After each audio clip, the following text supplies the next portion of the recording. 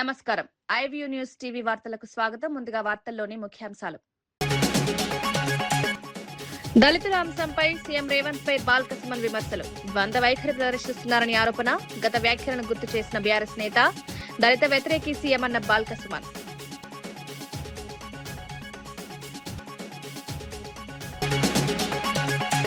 సంక్షేమంపై టీడీపీపై కారుమూరు వెంకటరెడ్డి విమర్శలు. వైఎస్ఆర్ పథకాల క్రెడిట్ ఆరోపణ. ప్రజలను మోసం చేస్తున్నారని వ్యాఖ్య. సంక్షేమానికి పునాది అన్న కారుమూరు.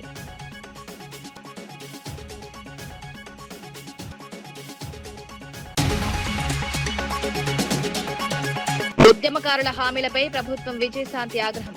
అమరవీరుల కుటుంబాలకు న్యాయం చేయాలన్న డిమాండ్. పెన్షన్ ఉద్యోగాల అమలులో ఆలస్యంపై విమర్శ. హామీలు అమలు చేయకపోతే ఉద్యమం చేస్తామని హెచ్చరిక.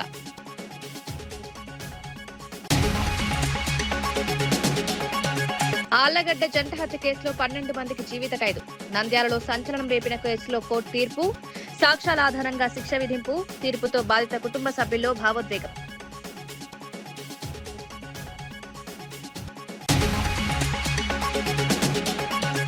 అమరావతిపై వైసీపీ వైఖరిని స్పష్టం చేసిన విరూపాక్షి. 3 ప్రాంతాల అభివృద్ధి లక్ష్యమన్న వ్యాఖ్య. చంద్రబాబు పాలనపై విమర్శలు. ప్రజలను తప్పుదోవ పట్టించొద్దని సూచన.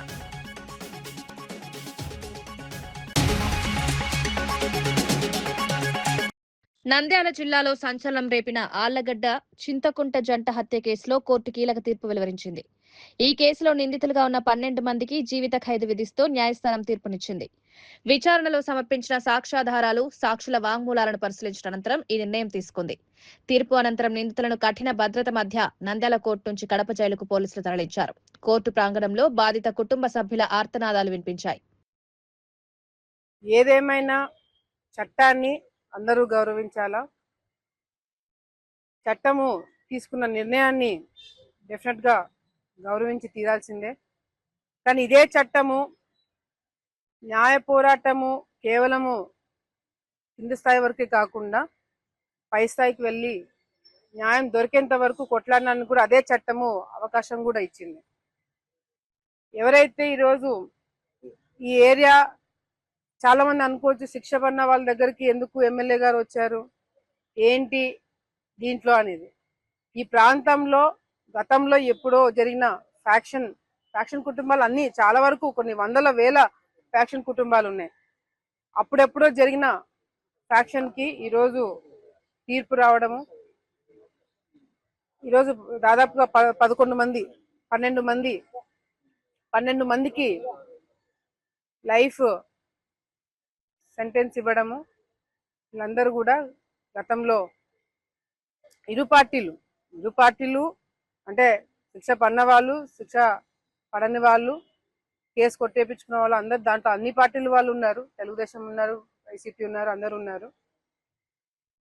కానీ ఏదేమైనా కాకినాడ జిల్లా తునిలో జరిగిన టీడీపీ ఆవిర్భావ సభలో యనమల రామకృష్ణుడు చేసిన వ్యాఖ్యలు రాజకీయంగా ప్రాధాన్యత సాధించాయి. రాజ్యసభ పదవిపై స్పందిస్తూ తాను ఎవరిని అడగలేదని స్పష్టం చేశారు. పదవులు అడిగితే రావని, భగవంతుడు నిర్ణయించింది జరుగుతుందని వ్యాఖ్యానించారు. గత 44 సంవత్సరాలుగా పార్టీ తనను పోషించిందని, తాను కూడా పార్టీ కోసం నిరంతరం కృషి చేశానన్నారు. పదవుల కోసం ఎప్పుడూ పరుగులు తీయలేదని, పార్టీ మనుగడ కోసం శత్రువులకు కూడా సహాయం చేశారన్నారు. మనం ఏదో అడిగి తెచ్చుకున్నాం 44 సంవత్సరాలు నన్ను పోషించింది పార్టీ. ఇంకా నేను నడుస్తున్న పార్టీలో ఇంకా నేను పరిగెడతాను, నాకు ఇవ్వండి అని అంటే ఎట్లంటే ఎవరిని కొనడానికో వాళ్ళకి ఇవ్వండి, నేను సహాయం చేయడానికి అందరికీ నా శత్రువులకు కూడా సహాయం చేశాను. పార్టీ మంగళకి ఆ విధంగా పార్టీ మంగళకి చదవాలక్షంగా నేను కూడా పాటుపడ్డాను. చాలా మంది వ్యవసాయ చాలా మంది క్వశ్చన్ చేశారు, ఎన్టీ రామారావు ఎందుకు మాట్లాడారు, మీకు కూడా కౌశల మనసులో ఉంటుంటారు. ఎన్టీ రామారావు మాట్లాడడం ఎంత చెప్పాను కదా, నేను ఒక నిర్ణయం తీసుకుంటే మాత్రం ఎన్టీ రామారావు ఒక దైవంతో సమానం. ఎన్టీ రామారావు దైవమే ఇంకొక వచ్చారు. తెలంగాణ ఉద్యమకారులకు ఇచ్చిన హామీల అమలులో జరుగుతున్న ఆలస్యంపై ఎమ్మెల్యే విజయశాంతి తీవ్ర అసంతృప్తి వ్యక్తం చేశారు. రాష్ట్రం ఏర్పడిన తర్వాత 2 ఏళ్లు గడిచినా అమరవీరుల కుటుంబాలకు ఉద్యోగాలు, నెలకు 25,000 పెన్షన్, గుర్తింపు కార్డులు ఇవ్వలేదని విమర్శించారు. ఉద్యమ సమయంలో ఇచ్చిన హామీలను ప్రభుత్వం విస్మరించిందని మండిపడ్డారు. ఉద్యమకారుల త్యాగాలను గౌరవించడం ప్రతి ప్రభుత్వ బాధ్యత అని పేర్కొన్నారు. హెల్త్ ఇన్సూరెన్స్ ఇస్తా అన్నారు, ఉద్యోగం ఇస్తా అన్నారు, ఇలాగ అనేక వాగ్దానాలు చేశారు అధ్యక్ష. నాకు నిజంగా చాలా సంతోషం అనిపించింది అధ్యక్ష. కానీ ఏమైందంటే అధ్యక్ష, అధికారంలోకి వచ్చింది కాంగ్రెస్, అన్నీ జరిగిపోయినాయి అధ్యక్ష. చూస్తూ చూస్తూ 2 సంవత్సరాలు అయిపోయింది అధ్యక్ష.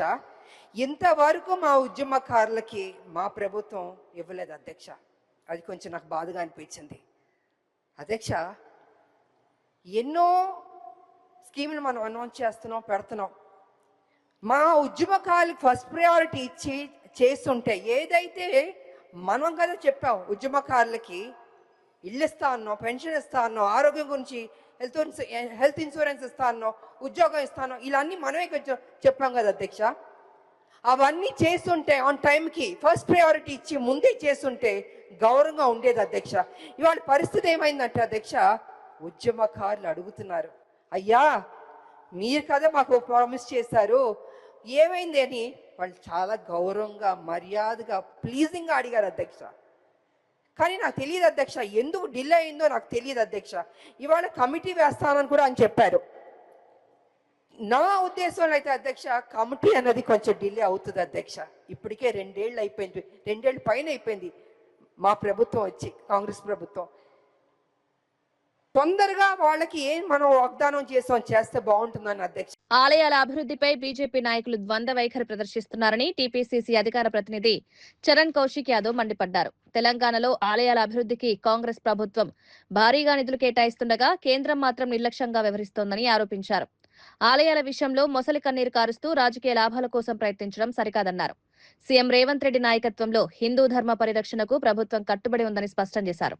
ఒక సైడ్ ఏమో హిందూ దేవాలయాల పట్ల కాంగ్రెస్ ప్రభుత్వం వివక్షత చూపిస్తుందని చెప్తుంటాడు, ఇంకో సైడ్ ఏమో మతపరమైనటువంటి కట్టడాల కోసం ప్రజాధనాన్ని వృధా చేస్తుందని చెప్పేసి 2 నాలుకల తోటి భారతీయ జనతా పార్టీ అదేవిధంగా రామచంద్రరావు గారు వ్యవహరిస్తూ ఉన్నారు. వారి వ్యాఖ్యలను తీవ్రంగా ఖండిస్తూ తెలంగాణ రాష్ట్రంలో కాంగ్రెస్ ప్రభుత్వం సనాతన ధర్మాన్ని, హిందూ ధర్మాన్ని రక్షించే ప్రయత్నంలో భాగంగా హిందూ దేవాలయాలను అభివృద్ధి పదంలో ముందుకు తీసుకుపోవడం కోసం తెలంగాణ రాష్ట్రంలో రేవంత్ రెడ్డి గారి ప్రభుత్వం జిల్లాల వారీగా టెంపుల్ను అభివృద్ధి చేసే ప్రయత్నంలో కాంగ్రెస్ ప్రభుత్వం ముందుకు పోతా ఉంది. ఖమ్మంలో ఉన్నటువంటి భద్రాద్రి రాముడు టెంపుల్ డెవలప్మెంట్ కోసం 351 కోట్ల రూపాయలు మొదటి విడుదల చేసి ఆ టెంపుల్ను అభివృద్ధి చేసే ప్రయత్నంలో కాంగ్రెస్ ప్రభుత్వం ముందుకు పోతా ఉంది. మొన్ననే సమ్మక్క సారక్క మేడార జాతర సంబంధించి 251 కోట్ల రూపాయలు కేటాయించుకొని ఆ టెంపుల్ ఆల్రెడీ డెవలప్మెంట్ చేసిరు. అదే కాకుండా భవిష్యత్తులో ఇంకా జాతీయ స్థాయిలో ఆ టెంపుల్కు వసతి కల్పించే ప్రయత్నంలో ప్రభుత్వం ముందుకు పోతా ఉంది. అదే కాకుండా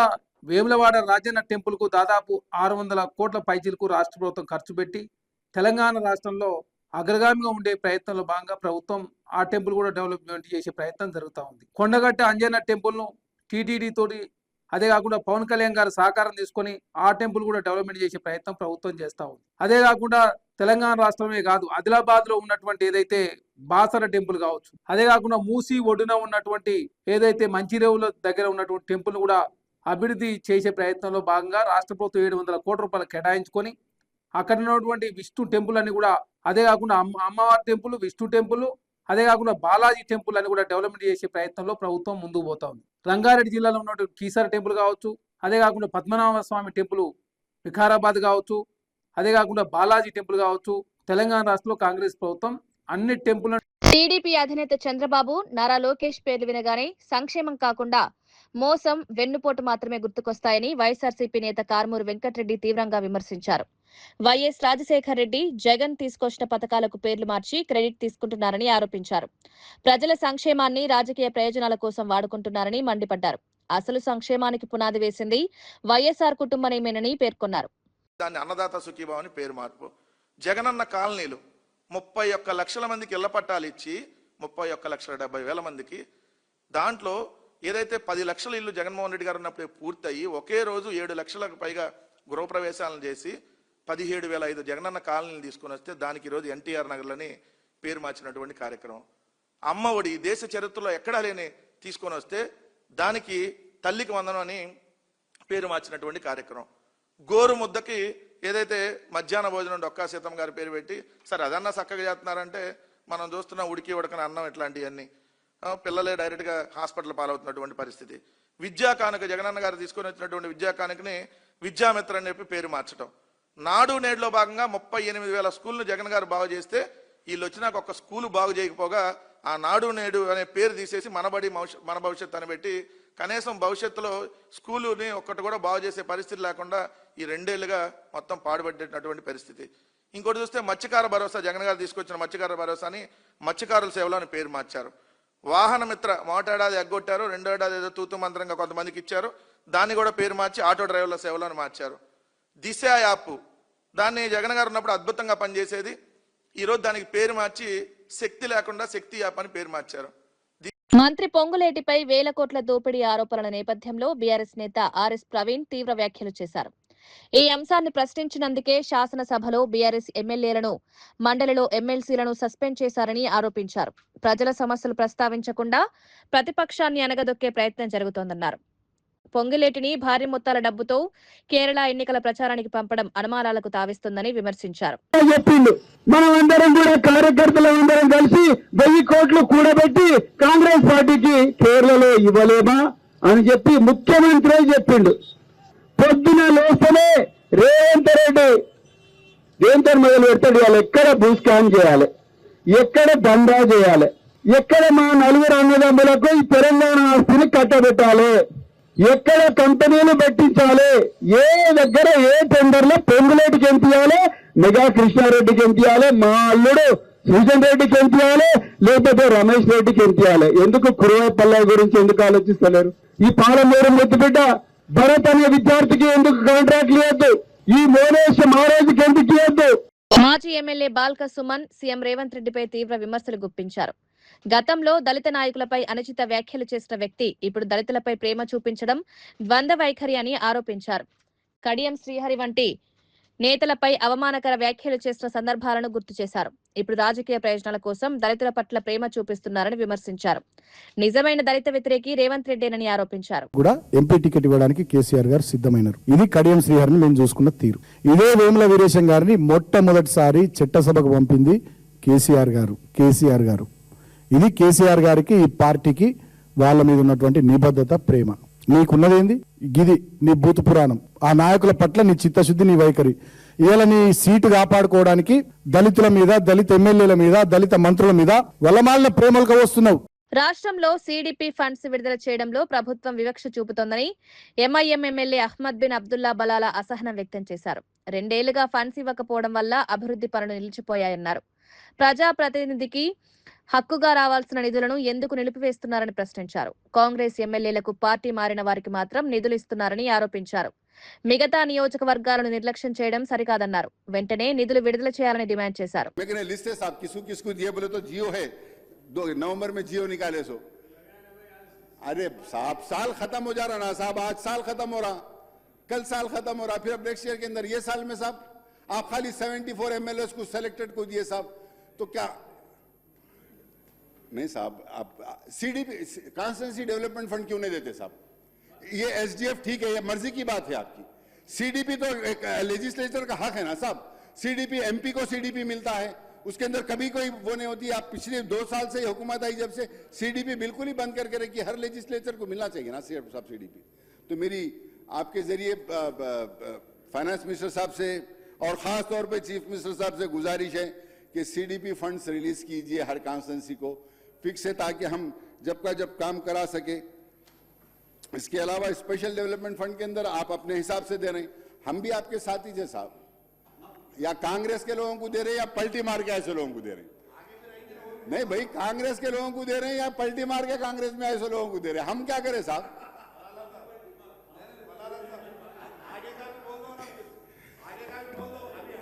ये एसडीएफ के अंदर मेरी आपसे मेहरबानी है कि हमने लेटर दिया, वो एसडीएफ का फंड इमीडिएटली हमारे तमाम हलकों के लिए दिया जाए. और सीडीपी के अंदर हमको मांगने की जरूरत नहीं है ना साहब. हर साल आप 5 करोड़ रुपए सीडीपी कॉन्स्टिट्यूएंसी डेवलपमेंट फंड दे दिए तो हम आरामी से हमारे जो काम है बोल के करा लेंगे साहब. గద్వాలలో నిర్వహించిన పోరు దీక్షలో బీఆర్ఎస్ నేత కేశవ్ కాంగ్రెస్ ప్రభుత్వంపై తీవ్ర స్థాయిలో విమర్శించారు. రాష్ట్రంలో విద్యా వ్యవస్థ పూర్తిగా దెబ్బతిందని ఆరోపించారు. హాస్టళ్లలో నాణ్యత లేని ఆహారం వల్ల విద్యార్థులు అనారోగ్యం పాలవుతున్నారన్నారు. అసెంబ్లీలో అవినీతిని ప్రశ్నిస్తున్న బీఆర్ఎస్ ఎమ్మెల్యేలను అక్రమంగా సస్పెండ్ చేస్తున్నారని మండిపడ్డారు. కేసీఆర్ ప్రభుత్వంలో సంక్షేమ పథకాల ప్రజలకు చేరాయని, ఇప్పుడు స్కీమ్లు లేవని విమర్శించారు. ఎందుకంటే గద్వాల గడ్డకు ఒక చరిత్ర, ఇక్కడ ఈ గడ్డ మరి కుక్కలని కుందేళ్లు తరిమిన గడ్డ కాబట్టి భవిష్యత్ లోపల కూడా ఈ పోరు దీక్ష వల్లనే రేపు భవిష్యత్ లోపల కాంగ్రెస్ పార్టీకి అంతిమ యాత్రగా మొదలవుతుందని చెప్పి తెలియజేస్తా ఉన్నా. ఈ రోజు మరి గతం లోపల 10 సంవత్సరాల విద్యా వ్యవస్థ ఎట్టుండే, మరి ఈనాడు ఈ 2.5 సంవత్సరాల లోపల మరి కాంగ్రెస్ పార్టీ రేవంత్ రెడ్డి గారి నాయకత్వం లోపల ఈ వ్యవస్థ ఎట్టుంది అని చెప్పి ఒక్కసారి మరి ఆలోచించాల్సిందిగా కోరుతా ఉన్నా. ఇంత గతం లోపల ఎక్కడ పోయినా మమ్మల్ని ఎక్కడ వచ్చినా విద్యార్థులు తల్లిదండ్రులు చిన్న విద్యార్థులు హాస్టల్లో కానీ మరియు ఈ స్కూల్స్ లో కానీ రెసిడెన్షియల్ స్కూల్ లోపల సీట్లు ఇప్పియమని చెప్పి కోరుతా ఉన్నారు. ఈ రోజు మరి పేపర్ తెరిస్తేనే ఏముంటదంటే ఏ ఉమ్మడి జిల్లాలో కాదు తెలంగాణ లోపల ఎక్కడ పోయినా రోజు ఒక హాస్టల్ లోపల విషపూరితమైన అన్నం తిని హాస్పిటల్ లోపల విద్యార్థులు ఉన్నారు, లేకుంటే ఈ అన్నం బాగలేక రోడ్ల మీద ధర్నాలు చేస్తున్నారు, లేకపోతే విషయం తాగి చనిపోతున్నారు అని చెప్పి రోజు పేపర్ చూడాల్సిన దుస్థితి కాంగ్రెస్ ప్రభుత్వంలో ఉంది అని చెప్పి తెలియజేస్తా ఉన్నా. అదేవిధంగా గతం లోపల బీఆర్ఎస్ ప్రభుత్వం ఉన్నప్పుడు మరి ఆ రోజు హాస్టల్ రెసిడెన్షియల్ స్కూల్ కానీ హాస్టల్స్ కానీ మరి ఈ రోజు ఆ రోజు అన్నిటినీ మరి ఒక్క తాటిపైకి తెచ్చి విద్యా వ్యవస్థ ఎట్లుండాలి, హాస్టల్ల వ్యవస్థ ఎట్లుండాలా, విద్యార్థులకు ఎట్లా ఉండాలని చెప్పేసి మరి సారు మరి అదే ప్రవీణ్ కుమార్ సార్ గారి సలహాలు సూచనతోటి మరి ముఖ్యమంత్రి కేసీఆర్ గారు గతం లోపల విద్యా వ్యవస్థను చేయడం జరిగింది. మరి ఇవన్నిటినీ మరి మనమందరం కలిసి ఐక్యంగా భవిష్యత్ లోపల పోరాడాల్సిన అవసరం ఉంది. మరి ఈరోజు మరి మొన్న జరిగిన అసెంబ్లీ సమావేశం లోపల ఈరోజు మరి అవినీతి అక్రమాలను బయటికి తీస్తుంటే బీఆర్ఎస్ పార్టీ మరి బీఆర్ఎస్ పార్టీ ఎమ్మెల్యేలను అసెంబ్లీకి వెళ్ళి సస్పెండ్ చేసిన ఘనత మరి కాంగ్రెస్ పార్టీకి రేవంత్ రెడ్డికి ఉంది. దొంగని దొంగ అంటుంటే దొంగ మారిపోయి మరి బీఆర్ఎస్ పార్టీ వాళ్ళని సస్పెండ్ చేసి వాళ్ళ అవినీతి అక్రమాలు ఎక్కడ బయటకు వస్తాయని చెప్పేసి మరి బీఆర్ఎస్ పార్టీ ఎమ్మెల్యేలను సస్పెండ్ చేయడం జరిగింది అని చెప్పి సభాముఖంగా తెలియజేస్తా ఉన్నా. మరి అదేవిధంగా మరి ఈరోజు మరి అందరికీ తెలియజేస్తా ఉన్నా, ఈరోజు గద్వాల నుంచే పోరు దీక్ష కాదు పోరు బాట స్టార్ట్ అయింది. మరి కాంగ్రెస్ పార్టీ ఈరోజు గతం లోపల కేసీఆర్ గారి ప్రభుత్వం లోపల శివాలయం లేని ఊరు లేదు, కేసీఆర్ పథకం లేని ఇల్లు లేదు అని చెప్పి ఉంటుండే. కానీ ఈరోజు కాంగ్రెస్ ప్రభుత్వం లోపల పథకాలు లేవు, స్కీములు లేవు, కానీ అన్ని స్కాములే అని చెప్పేసి ఈరోజు కాంగ్రెస్ పార్టీలో స్కాములే ఉన్నాయి కానీ స్కీములు లేవు అని చెప్పి ఈరోజు తెలియజేస్తా ఉన్నా. మరి ఈరోజు ఈ దీక్షకు మరి వచ్చినటువంటి కేరళ ఎన్నికల ప్రచారంలో కాంగ్రెస్ అగ్రనేత రాహుల్ గాంధీ బీజేపీ ఎల్డీఎఫ్ పై ఘాటు విమర్శలు చేశారు.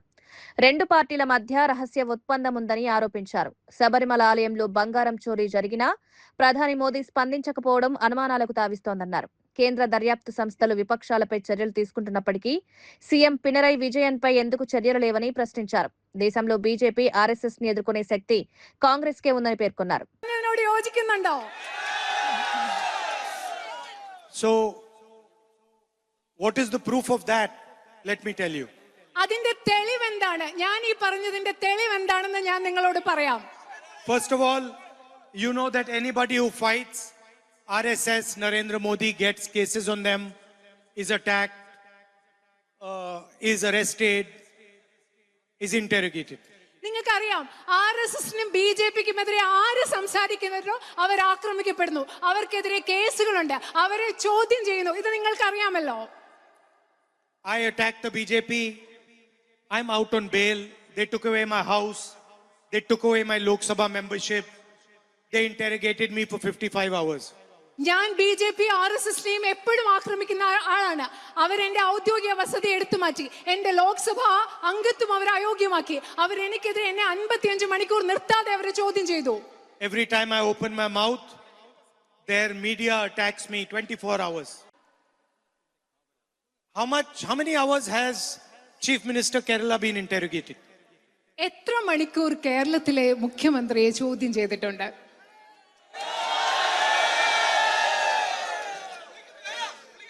Is he out on bail?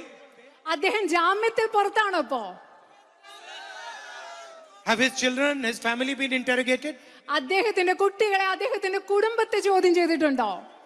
Does Narendra Modi attack him every chance he gets? ഏതെങ്കിലും ഒരു അവസരത്തിൽ നരേന്ദ്രമോദി കേരളത്തിന്റെ മുഖ്യമന്ത്രിയെ ആക്രമിച്ച് സംസാരിച്ചിട്ടുണ്ടോ?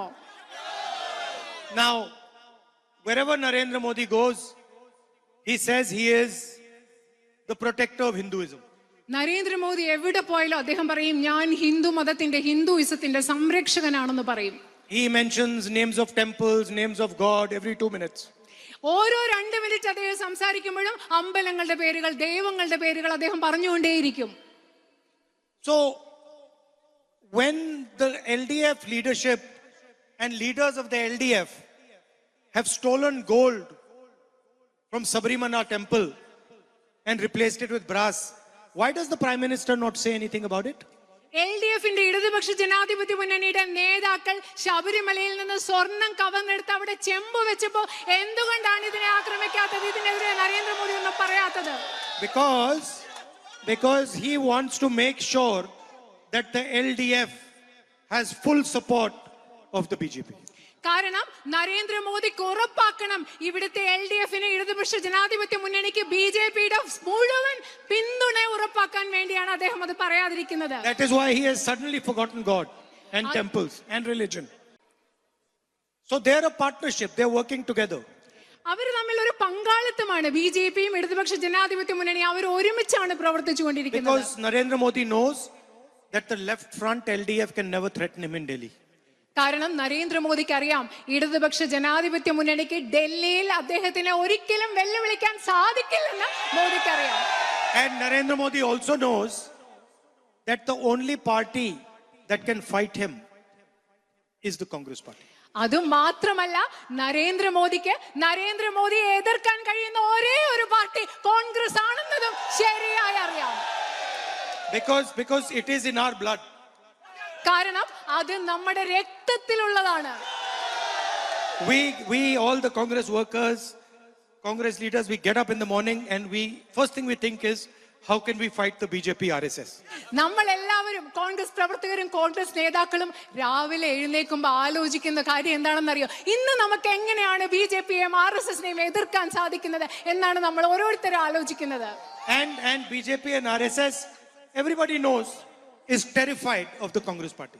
BJP RSSനും അവര് ശരിക്കും പറഞ്ഞ അവർക്ക് എല്ലാവർക്കും അറിയാം BJPയും RSSും കോൺഗ്രസ് പാർട്ടിയെ പേടിച്ചിരിക്കുകയാണെന്ന് എല്ലാവർക്കും അറിയാം. అమరావతి రాజధాని అంశంపై వైసీపీ వైఖరిని ఎమ్మెల్యే విరూపాక్షి స్పష్టం చేశారు.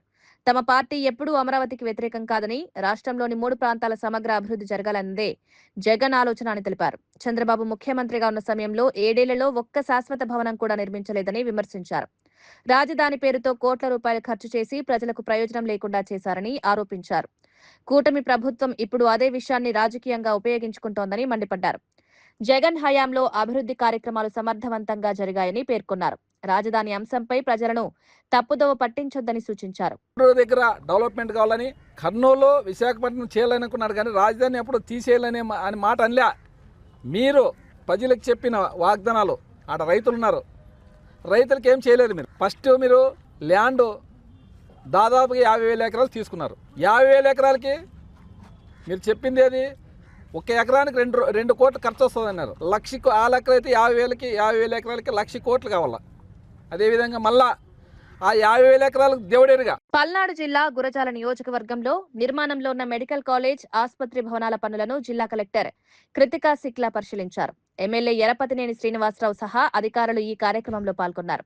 నిర్మాణ పనుల పురోగతిని సమీక్షించిన అనంతరం త్వరలోనే కాలేజ్, ఆసుపత్రిని ప్రారంభిస్తామని తెలిపారు. ఇప్పటికే కొంతమంది వైద్యులు విధుల్లో చేరగా మిగిలిన సిబ్బందిని కూడా త్వరలో నియమించనున్నట్లు వెల్లడించారు. జిల్లా ప్రజలకు మెరుగైన వైద్య సదుపాయాలు అందించడమే లక్ష్యమని పేర్కొన్నారు.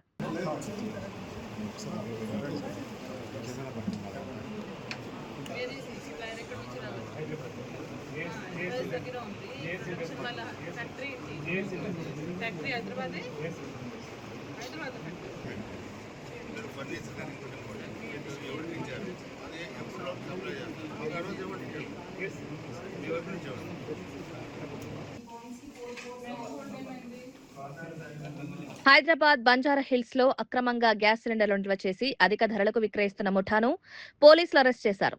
టాస్క్ ఫోర్స్ స్థానిక పోలీసుల సంయుక్త దాడిలో 10 మంది నిందితులు పట్టుబడ్డారు. మొత్తం 414 గ్యాస్ సిలిండర్లు 10 వాహనాలను స్వాధీనం చేసుకున్నారు. సుమారు 21 లక్షల రూపాయల విలువైన ఈ సొత్తును సీజ్ చేశారు. ప్రధాన నిందితుడు గ్యాస్ ఏజెన్సీ నిర్వహిస్తూ నిబంధనలకు విరుద్ధంగా శ్మశాన వాటికలో సిలిండర్లను నిల్వ చేసి అక్రమంగా విక్రయిస్తున్నట్లు విచారణలో తేలింది. వినియోగదారులకు అధిక ధరలకు అమ్ముతూ లాభాలు ఆర్జిస్తున్నారని పోలీసులు తెలిపారు. ఈ కేసులో మరిన్ని వివరాలు వెలుగులోకి వచ్చే అవకాశం ఉంది. 10% కి మన task force and local police team apprehend చేశారు. ఈ గ్యాంగ్ నుంచి 414 గ్యాస్ సిలిండర్ వాళ్ళు ఇల్లీగల్ గా సేల్ చేస్తున్నారు. ఈ అన్ని మొత్తం గ్యాస్ సిలిండర్ సీజ్ చేశాము. ఈ మెయిన్ అక్యూజ్ పేరు మొహమ్మద్ అమీర్. ఇది గ్యాస్ సప్లై వాళ్ళది గ్యాస్ ఏజెన్సీ ఉంది. శంషాబాద్ లో వాళ్ళ గ్యాస్ గోడౌన్ ఉంది అండ్ వాళ్ళ ఆఫీస్ ఈ అఫ్జల్గంజ్ లిమిట్ లో ఉంది. So main accused Mohammed Amir, resident of Shaukat Nagar, Banjara Hills. తర్వాత second accused Mohammed Yusuf, third accused Mohammed Ismail, fourth accused A Ramarao, fifth Love Kumar, sixth Mohammed Shakruddin, seventh accused Mohammed Shakruddin, seventh accused Mohammed Mumtaz Ansari, eighth accused Mohammed Minaj Ansari, ninth Rajesh Paul and 10th person Ramraj Singh. ఈ రామ్రాజ్ సింగ్ ఈ నల్లా పోచమ్మ టెంపుల్ దగ్గరికి పని చేస్తారు. వాళ్ళు ఈ ప్లేస్ రెంటెడ్ గా ఈ మెయిన్ అక్యూజ్ మొహమ్మద్ అమీర్ కి ఇచ్చారు. సో మీ అందరికీ తెలుసు, ఈ మధ్యలో లాస్ట్ 1 నెల నుంచి వెస్ట్ ఏషియాలో కొన్ని కాన్ఫ్లిక్ట్ నడుస్తుంది, వార్ లాగా సిచ్యువేషన్ ఉంది. అక్కడ ఇరాన్, యుఎస్, ఇజ్రాయెల్ మధ్యలో వార్ జరుగుతుంది.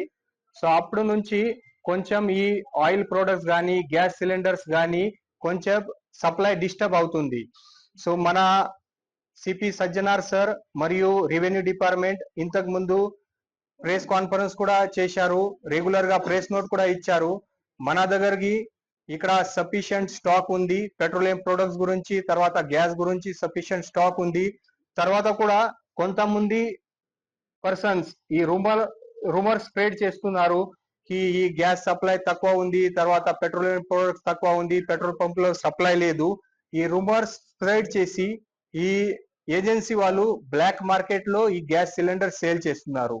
సో ఈ కేసులో కూడా ఈ మొహమ్మద్ అమీర్ ఒకటి హెచ్పి గ్యాస్ ఏజెన్సీ, మన మెట్రో గ్యాస్ ఏజెన్సీ పేరు పైన ఈ అఫ్జల్గంజ్ నుంచి నడుస్తుంది. ఈ పర్సన్ దగ్గరికి రెగ్యులర్ డొమెస్టిక్ సిలిండర్స్ మరియు కమర్షియల్ సిలిండర్స్ ఇద్దరు కూడా ఈ టైప్ ఆఫ్ సిలిండర్స్ వాళ్ళు సేల్ చేస్తున్నారు. సో ఈ రోజు మన టీం అప్రెండ్ చేశారు. దీంట్లో total HP gas commercial cylinders 30, తర్వాత HP gas cylinders full 19 kg 148 cylinders, తర్వాత empty cylinders 192, HP gas cylinders full 5 kg 35 and empty 5 kg cylinder 9. Total 414 gas cylinders మేము ఈ రోజు సీజ్ చేశాము. ఈ commercial gas cylinder price market లో 20. వార్తలు ముగించే ముందు ముఖ్యాంశాలు మరోసారి.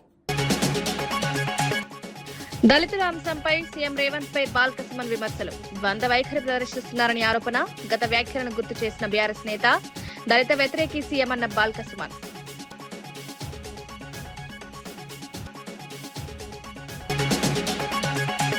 సంక్షేమంపై టీడీపీపై కారుమూరు వెంకటరెడ్డి విమర్శలు.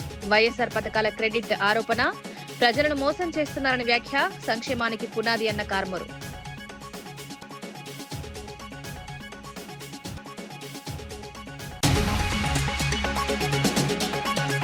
ఉద్యమకారుల హామీలపై ప్రభుత్వం విజయశాంతి ఆగ్రహం. అమరవీరుల కుటుంబాలకు న్యాయం చేయాలన్న డిమాండ్. పెన్షన్ ఉద్యోగాల అమలులో ఆలస్యంపై విమర్శ. హామీలు అమలు చేయకపోతే ఉద్యమం చేస్తామని హెచ్చరిక.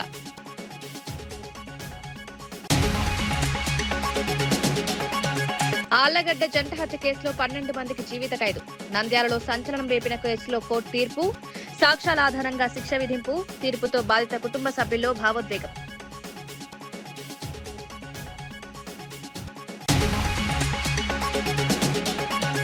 అమరావతిపై వైసీపీ వైఖరిని స్పష్టం చేసిన విరూపాక్షి. 3 ప్రాంతాల అభివృద్ధి లక్ష్యమన్న వ్యాఖ్య. చంద్రబాబు పాలనపై విమర్శలు. ప్రజలను తప్పుదోవ పట్టించొద్దని సూచన.